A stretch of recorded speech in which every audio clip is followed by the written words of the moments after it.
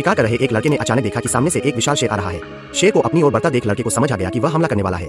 लड़के ने तुरंत अपने छोटे भाई को अपने पीछे कर लिया। वह जानता था कि वह शेर से लड़ नहीं सकता, इसलिए उसने धीरे धीरे अपनी बंदूक नीचे रख दी, मानो समझौता करना चाहता हो। हैरानी की बात यह थी कि शेर जैसे यह समझ गया और उसने भी अपनी आक्रामकता कम कर दी। सबको लगा कि अब सब ठीक हो जाएगा, लेकिन तभी अचानक गोली चलती है। गोली लड़के के पिता ने चलाई थी और वह शेर को जा लगी। घायल शेर गुस्से में आ गया और एक ही छलांग में लड़के पर टूट पड़ा। शेर ने लड़के को बुरी तरह घायल कर दिया और उसे मुंह में दबाकर ले जाने लगा। सबको लगा कि अब लड़का मर जाएगा, लेकिन तभी एक चमत्कार हुआ। शेर के शरीर से बहता हुआ खून लड़के के घाव पर टपक गया।